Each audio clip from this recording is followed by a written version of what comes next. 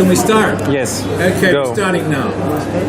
We're gathered here today in Monastiraki to prepare for a function which is going to be held in June, perhaps the 14th of June in Egina, on the subject of European integration and whether it is a lost cause.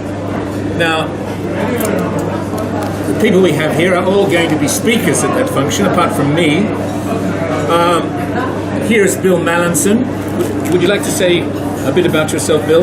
I'm a former British diplomat who left and got his doctorate at the London School of Economics. I'm a diplomatic historian. I'm a professor of political ideas and institutions at the University of William Marconi.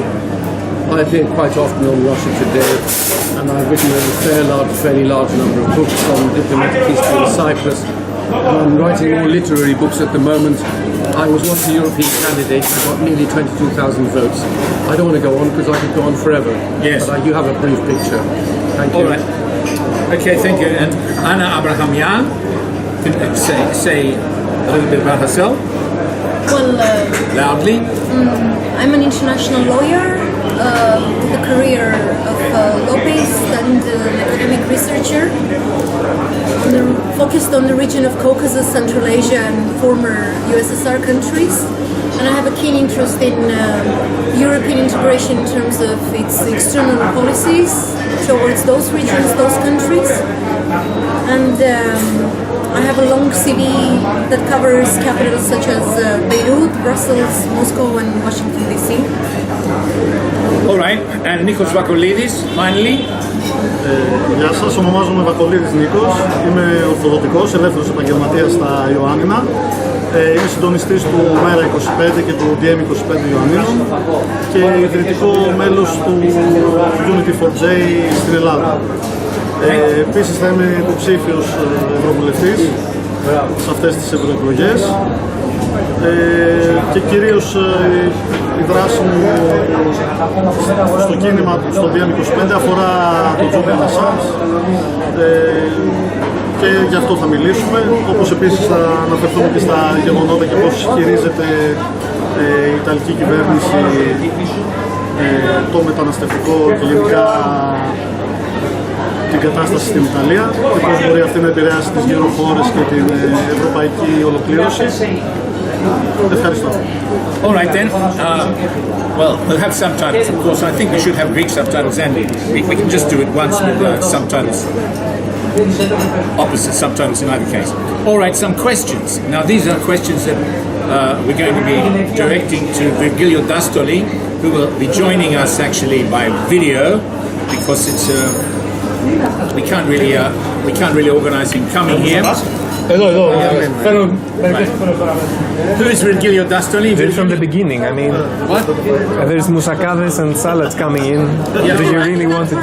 We can add that. Yeah, but you were speaking while... Yes. All right. All right. Okay. You have to cut. Wait. Now, we're going to be addressing this video to Virgilio Dastoli, who will be sending us a video. Now, who's Virgilio Dastoli? He was the secretary of Altiero Spinelli, who was one of the architects of the European Union. And we're going to get him to talk about Spinelli and also the other matters. Now, some questions that we want to hear what he has to say. We want to hear what he has to say, and we want to hear what you have to say. Right. First question: do the present policies of the Italian government help or hinder the European integration process? Who would like to say something? I can say quickly if you like. Prima facie, it's quite clear to me that you... Sorry.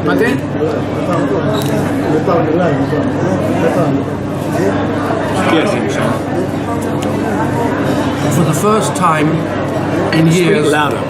For the first time in many years, we see two politically opposed political parties in Italy working together for the Italian population, because they have had quite enough of the financialization and the over-NATOification and the Americanization of Europe. They are trying to get back to what I call a people's Europe and sort out the so-called democratic deficit that first raised its question 30 years ago. We see through their policies understanding Russia better, the China Silk Road, trying to run their own economy without too much German Brussels interference, and it seems to be working. The immigration policy is not controversial, it's logical, and it's what lies deep in the heart of every European. They just won't admit it. Nothing to do with racism. So I see a kind of, I don't like slogans, but I see a kind of neo-Gaullism re-emerging in Italy. And don't forget that all roads lead to Rome, and whatever the antis say with their statistics and lies and damned lies and all the rest of it, the Italians are getting it together and are showing the way to Europe to shake things up a bit and eventually get a more democratic Europe. That's the way I see it prima facie at the moment. Do you have anything to add to that, Nikos, because you studied in Italy? Η αλήθεια είναι ότι η παρούσα κυβέρνηση αρχίζει να κερδίζει έδαφος σε αρκετό κόσμο και στις γύρω χώρες. Απλά εγώ έχω τις αμφιβολίες μου αν μπορεί να δώσει λύση, πραγματική λύση στα προβλήματα και να οδηγήσει σε μια πιο ολοκληρωμένη Ευρώπη. Θεωρώ ότι περισσότερο προβλήματα θα δημιουργήσει κάποια στιγμή. Για μένα όμως είναι καλό γιατί αποτελεί ένα ερέθισμα για τους προοδευτικούς να ενωθούν, να βάλουν λίγο στην άκρη κάποιες προκαταλήψεις που χωρίζουν τους προοδευτικούς και δεν δημιουργούν ένα κοινό μέτωπο. Και πιστεύω ότι είναι μια καλή ευκαιρία ότι αν δεν ενωθούμε δεν θα μπορέσουμε να αντιμετωπίσουμε την αρνητική πλευρά αυτών των πολιτικών που θέλει να εφαρμόσει η Ιταλία σε όλη την Ευρώπη σε συνεργασία με παρόμοιες κυβερνήσεις. Αυτό θεωρώ. Anna, do you have anything to add? Yes, I'd like to add in terms of, again, the external political issue that the EU is perceived in conjunction with the US in their actions in other regions. And the Italian people basically have given a new form of political strategy and concerns to immigration, but also about the handling of the economic crisis that was also closely linked to doing certain tactics with the US in other regions. And the Italian people's choice is basically a new message of handling these issues in a neo-Gaullist way, as you placed it. Which I That's think what William said. Yes, because this is a healthier approach. This is, at the end of the day, the people's will. And this is why it should be respected. And it's in conjunction with the neighboring countries as well, because they share the same burden of the same economic crisis, the same immigration challenges. And there shouldn't be a gap of understanding of these policies between the North Europe or the South Europe, or the old Europe and the new Europe. There should be a good contingency for creating a true unity. Right, thank you. Next question. Can the Gilets jaunes, the yellow vest, become a factor for strengthening the EU politically? And if so, what should the approach be for achieving this? Anyone like to start on this? This is a tricky one. Yes. Because it's still going on. Yes. And it is dangerous to prognosticate and read the future, which doesn't exist except in our minds. Yeah. What the Gilets jaunes are doing, quite obviously, is they're making the French government slowly alter its policies. But it's very much yin-yang. The big question is, are they going to get that breakthrough which will create more democracy in France, which will be a great example for the rest of Europe? Because by tradition, the French should lead intellectually. But since Sarkozy and the re-entry of France into NATO and the over-strengthening of the Franco-German axis and the euro, things have become difficult. So therefore, I think the Gilets jaunes should continue. We need to be aware, though, that with every movement such as this, you get bad elements jumping in. And they have to be watched. It is normal in any kind of incipient revolution, or even if it's not a revolution, power group, that people jump on the bandwagon. They have to be watched. But generally, I see the Gilets jaunes as a very positive development in terms of democracy and shaking up the dirty side of the French establishment. Right. We'll talk a little bit about the Spinelli Group. The Spinelli Group was set up some years ago by Verhofstadt and Daniel Cohn-Bendit, and it's was designed to reintroduce Spinelli to European audiences. Actually, I would like us in future to find some way of some mode of cooperation with them. Of course, they are a group that works in terms of establishment policies and establishment politics. And well, one of the things that they did was that they intervened in Kiev. Verhofstadt went to Kiev and took part in the yellow, what was it called, the revolution there, or whatever it was, the coup. What I'd like to ask, was the Spinelli Group's intervention in Ukraine disastrous, something to be ashamed of and disowned? Or does the latest Ukraine election result demand that one look to the future and try to make Ukraine an asset rather than a liability for the EU? Now, have we got some comments on that, some answers to that? It's a question. Definitely. Yes. I have a very strong position on that. I believe that any such interference in so-called revolutions in those countries is in itself rather a political action that aligns the EU with the US agenda. And it's not as much about the EU's united sovereign statement about the country, but rather interference in terms of providing corporate interests between the industrialists, European and American, and their confrontation with Russia-China trade and other issues. And I consider the whole Ukraine revolution, I'll put it in quotation marks, I consider it a fiasco. A rather embarrassing thing, because you will never see Ukrainian or Russian officials marching with the Gilets jaunes, for example, in France.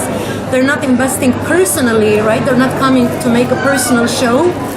And also, by such participation, they themselves got rid of brilliant opportunity to really stand for values, such as being against, for example, the neo-Nazi movements in Ukraine, and how because you were talking about Gilets jaunes, that there is always a danger that some other, negative groups might jump into the wave, try to take some opportunity for themselves.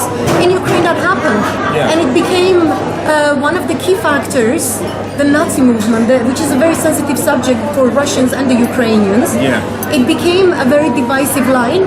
And because of their participation in this type of revolutionary movement, certain European public officials have no longer the opportunity or the face, so to speak, yes, the moral face, to come out and criticize what actually should be criticized. And today I would really advise Spinelli Group to take a step back and not jump and say that the elections will be great and the leader that was elected is great, because it is a political choice. And both candidates, both Poroshenko and Zelensky, they were pro-American candidates. It's an anti-Russian agenda. So what kind of EU external policy can we speak about in terms of independent policy towards Russia when you are still on the same bandwagon with the Americans? And Zelensky's first statement was that he will continue the war tactics with Russia. And the further division of the eastern Ukraine and the Crimea issue. So it's a deepening conflict. It's not a solution, and I hardly believe an EU will be able to take in another country with this many conflicts. I see. So, what can be done? Is there anything that can be done? What would you advise? Should be more outspoken criticism, not being holding back when there is something positive to say about Russia. Just the demonization of Russia in a very unrealistic manner doesn't help anyone. And this is the only way that they can guarantee to have objectivity towards Ukrainians as well, and not sell them a false dream of Europe, of a Europe that cannot integrate a new country in. Right, next question. Will a successful campaign, we don't know if it's going to be successful, but we might know a little bit more today. Will a successful campaign to prevent the extradition of Ջուլյան Ասսանժ to the United States be something that can be turned to the advantage of European integration? Are Assange and WikiLeaks an asset or a liability for the EU? Any comments on this? It's quite obvious to me that Assange is simply being used by different interest groups to forward their own agendas. And so the case of Assange should be above anything about turning to someone's advantage or otherwise. I think this is for me, it's a moral and ethical question.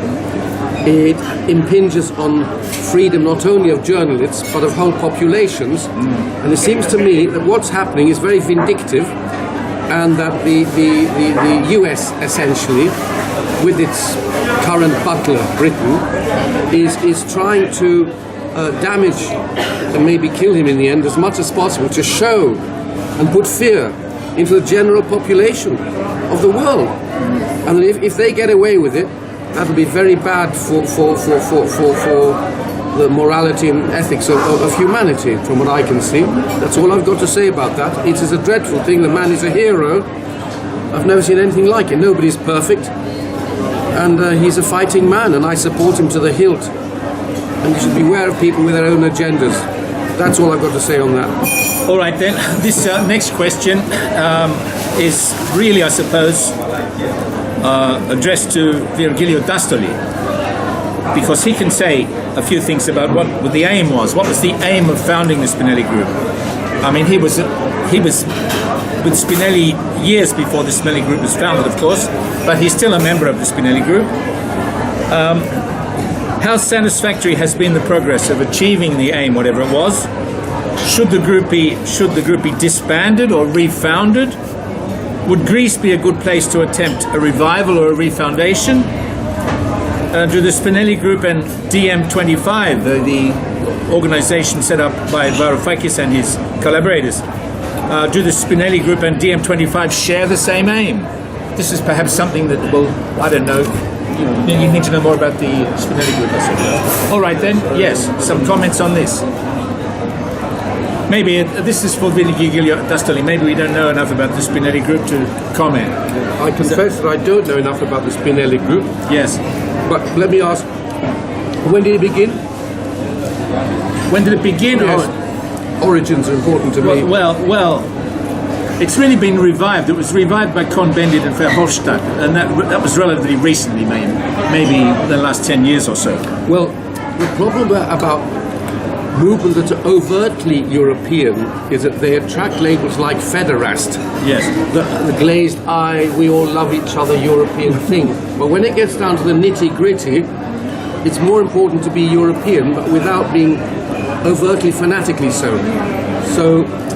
But I don't know enough about the workings of the Sպինելլի Group. I don't know enough about what its precise objectives are, but I do know that if the more lack of detail, the more dissipation and less participation.